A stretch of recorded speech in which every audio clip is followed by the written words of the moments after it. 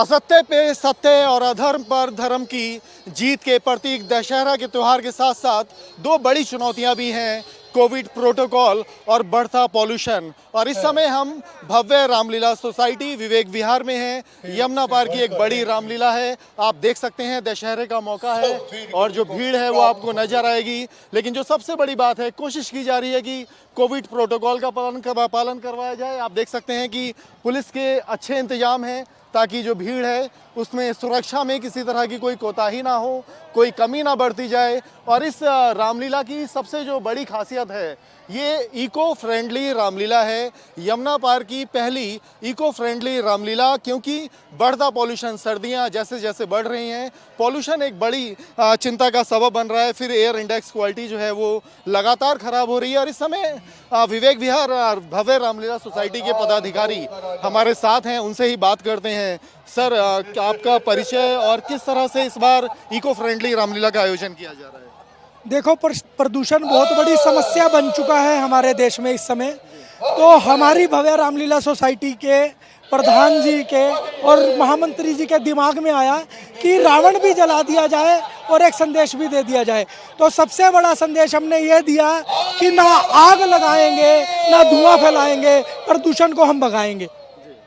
Eco friendly पटाखों का इस्तेमाल किया जा रहा है। ये देखिए आप, हमने इस रावण के पुतले में गोल्डन अनार लगाए हैं जिसका कोई धुआं नहीं होगा और एक संदेश भी जाएगा कि प्रदूषण मुक्त भारत, प्रदूषण मुक्त दिल्ली हमें चाहिए। मैं इन दोनों को साधुवाद करता हूँ जिनकी सोच से आज हम यहाँ पहुँचे हैं। आपका शुभ नाम? मेरा नाम राजेश शर्मा वीरी है। राजेश वीरी जी बता रहे हैं कि किस तरीके से ये जो पुतला है वो भी इको फ्रेंडली है, जिससे धुआं नहीं होगा। सोसाइटी के अन्य पदाधिकारी भी हमारे साथ हैं। सर, क्या परिचय है? आप, क्या नाम है आपका? सतीश लूथरा। सतीश जी, यमुना पार की शायद पहली रामलीला है जो इको फ्रेंडली होती है, और हम देख रहे हैं इस बार कोविड प्रोटोकॉल की भी चुनौती है और प्रदूषण की भी। तो अब जब पुतला आपके पीछे खड़ा है तो किस तरह के इंतजाम है, कैसे भीड़ का मैनेजमेंट है? देखिए, भीड़ का मैनेजमेंट तो हमने आप देख ही पा रहे होंगे। हमारी कोशिश कि इसको बहुत सभ्यता से बैठ के देखें लोग बाग, और आप देख पा रहे होंगे कि बहुत लोग आराम से देख पा रहे हैं। इतनी बड़ी भीड़ में भी लोग आराम से देख पा रहे हैं। और जहाँ तक रहा रावण का सवाल, हमने इसमें गोल्डन अनार लगाए हैं। ना तो हम इसको जलाएंगे, ना ही इसमें कुछ पोल्यूशन होगा और ना ही कहीं आग लगेगी, पर आपको दिखेगा कि रावण भभक रहा है। रामलीला का दशहरे का दिन है, पुतला खड़ा है, और सबसे बड़ी बात जो बता रहे हैं कि आतिशबाजी म्यूजिक से होगी, साउंड जो नॉइज पॉल्यूशन है वो नहीं होगा। और भी लोग हैं, उनके से बात कर लेते हैं। कितने फुट का पुतला है इस बार? ये 60 फुट का पुतला बनाया हमने, क्योंकि पोल्यूशन के लिए हमारे को जो गाइडलाइन आई थी उसके हिसाब से हमने इसका साइज पहले से आधा कर दिया है। और सांकेतिक लंका दहन होगा, ये रावण दहन होगा सांकेतिक। पुतला ऐसे ही खड़ा रहेगा और सिर्फ कोल्ड फायर होगा, जिसको आप ग्रीन पटाखा कह सकते हो। जैसे जस्ट लाइक हम केक के ऊपर एक छोटा अनार जलाते हैं जो फायर करते हैं घर के अंदर, सिर्फ वैसे ही हमने एक उसकी अपर वर्जन में थोड़े बड़े अनार लगाए गए। और पुतला दहन सिर्फ सांकेतिक होगा, पुतला जलाया नहीं जाएगा। बिल्कुल। और हम देख रहे हैं कि यहाँ कोरोना का पुतला भी लगाया गया है। सर, कोरोना के से तो पूरी दुनिया त्रस्त है, तो एक सांकेतिक हमारी तरफ से ये भी एक शुरुआत थी कि हम कोरोना का एक सांकेतिक पुतला दहन करें, वो भी हमने अभी करा। और एक मैं और चीज़ कहना चाहता हूँ, जैसे जो भी गाइडलाइन आती है वो हमारे त्योहारों के लिए आती है, तो मैं चाहता हूँ कि दिल्ली सरकार ने जो हमारे लिए गाइडलाइन दी है हम उसको पूरा फॉलो कर रहे हैं। और ये सब धर्मों के साथ, सबके साथ ऐसा ही होना चाहिए। सिर्फ हमारे लिए कोई गाइडलाइन नहीं आनी चाहिए, सबके लिए आनी चाहिए। बिल्कुल, DDMA की गाइडलाइंस भी हैं। उन तमाम गाइडलाइंस का ख्याल रखते हुए आप देख रहे हैं किस तरह की भव्य रामलीला का आयोजन किया जा रहा है। इस समय युद्ध का मंचन चल रहा है। राम रावण युद्ध होने के बाद यहाँ सांकेतिक पुतला दहन होगा। पुतला खड़ा है, लेकिन पुतले में आग नहीं लगाई जाएगी ताकि किसी तरह का पॉल्यूशन ना फैले। तो ये है इको फ्रेंडली रामलीला। और भी लोग हैं, उनसे बात कर लेते हैं। ये इको फ्रेंडली रामलीला का जो कॉन्सेप्ट है, पुतला खड़ा है लेकिन पुतला सांकेतिक दहन होगा। तो और इस बार DDMA की गाइडलाइंस भी थी। कितनी मुश्किलें आई, किस तरह से सारी रामलीला आपकी भव्य है, यमुना पार की बड़ी रामलीला है? देखिए, सबसे पहले तो जो परमिशन की पता चला कि रामलीला की जाएंगी, वो मात्र कुछ ही दिन बचे थे।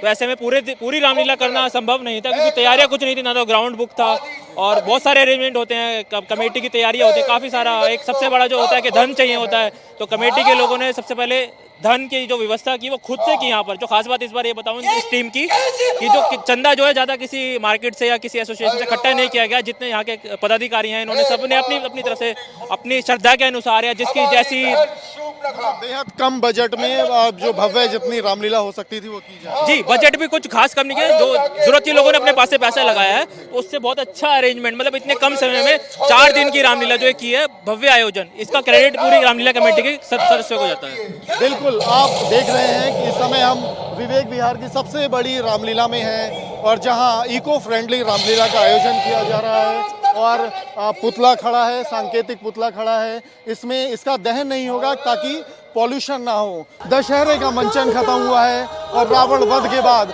आप देखें कि रावण के पुतले का दहन किया जा रहा है। और इस इको फ्रेंडली रामलीला की खासियत है कि इलेक्ट्रिक स्विच दबाते हुए आप देखेंगे कि इसमें बहुत धुआं नहीं है। एक इलेक्ट्रिक वायर के जरिए इस आतिशबाजी को दिखाया जा रहा है।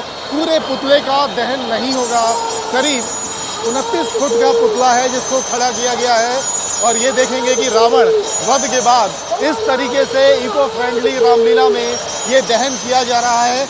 और ये जो पूरा दहन है, जिस तरीके से इलेक्ट्रिक वायर के जरिए इसका रावण का दहन हुआ है, लोग हर्षोल्लास से जय श्री राम के नारे लगा रहे हैं। और आप भीड़ देख सकते हैं कि ये इको फ्रेंडली रामलीला में जब दशहरे का रावण पुतले का दहन हुआ है तो कितनी बड़ी संख्या में लोग हैं। क्योंकि इस बार सबसे बड़ी चुनौती थी कि जैसे जैसे सर्दियां बढ़ रही हैं वैसे वैसे पॉल्यूशन की समस्या गंभीर होती जा रही है। पॉल्यूशन ना बढ़े उसके लिए ये नजीर है कि इको फ्रेंडली रामलीला का आयोजन किया गया। पुतले का दहन भी हो गया है लेकिन पुतला वैसे ही खड़ा है, प्रतीकात्मक दहन किया गया है। ये रावण के पुतले का प्रतीकात्मक दहन है जो कि आगे के लिए भी एक उदाहरण बन सकता है कि बिना हम पॉल्यूशन किए, बिना धुआं किए भी इस तरह से रावण का दहन कर सकते हैं। और आप देखेंगे कि ये जो साउंड है, पटाखों का साउंड म्यूजिक सिस्टम के जरिए किया जा रहा है। तो ये यमुना पार की पहली इको फ्रेंडली रामलीला है जिसमें रावण के पुतले का दहन किया गया है। वीडियो जर्नलिस्ट सुभाष के साथ अवनीश चौधरी, न्यूज नेशन दिल्ली।